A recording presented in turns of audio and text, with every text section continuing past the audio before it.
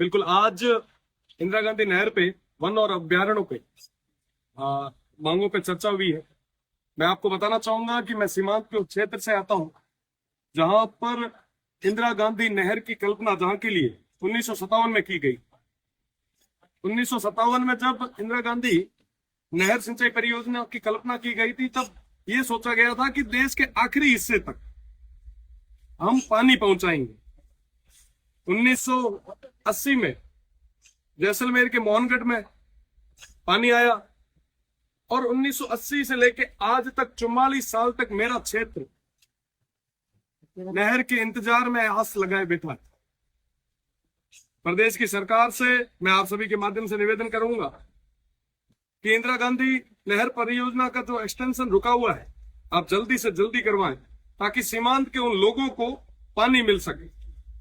आपको बताना चाहूंगा कि जैसलमेर के गुंजनगढ़ गांव के बाद में इसका एक्सटेंशन नहीं हुआ और सीमांत के उन लोगों की जो आजीविका है वो पशुपालन पे।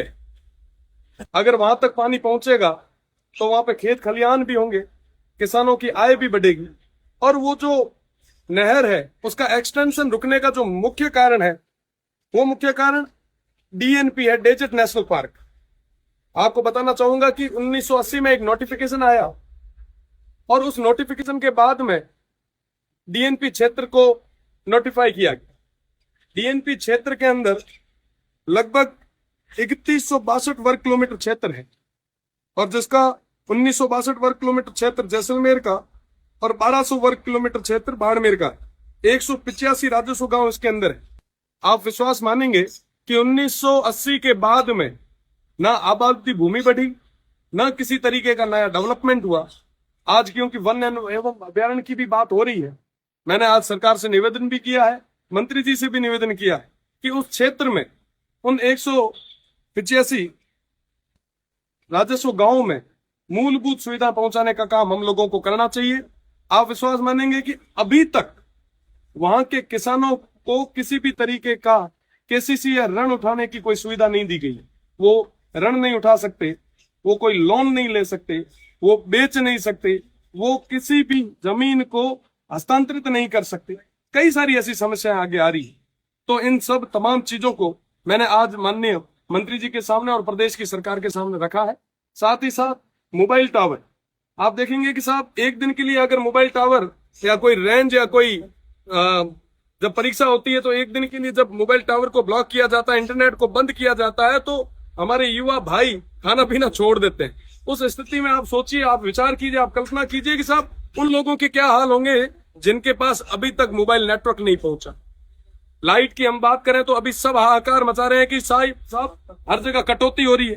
मैं मानता हूं साहब की कटौती हो रही है, पर आप देखें कि साहब उनके क्या हाल होंगे जो 75 साल से बिजली का इंतजार कर रहे हैं। हम पानी की बात करते हैं कि साहब एक दिन अगर शहर में पानी की सप्लाई ना हो तो लोग सड़कों पे आ जाते हैं।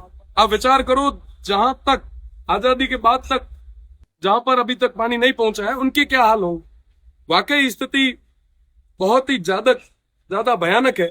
मैं कहना चाहूंगा मंत्री जी से भी, मैंने मंत्री जी से भी निवेदन भी किया कि एक बार आप आए और उस क्षेत्र को देखें। आप देखेंगे कि भारतमाला जैसा प्रोजेक्ट वहां पे जाके रुक गया। नर्मदा और इंदिरा गांधी नहर परियोजना का जो मिलाने का एक जो सपना था, वो मुझे लगता है कि सपना ही रह जाएगा। अगर हमने मजबूत इच्छा शक्ति के साथ काम नहीं किया तो परिवर्तन नहीं आ पाएगा। सब बड़ी भयानक स्थिति है उस क्षेत्र की। अगर कोई प्रसव समय में कोई हॉस्पिटल तक जाना भी चाहे तो दूर दराज तक कोई हॉस्पिटल नहीं है और रोडें भी नहीं। कई बार जच्चा और बच्चा दोनों की मृत्यु हो जाती है। वाकई स्थितियां बहुत खराब है।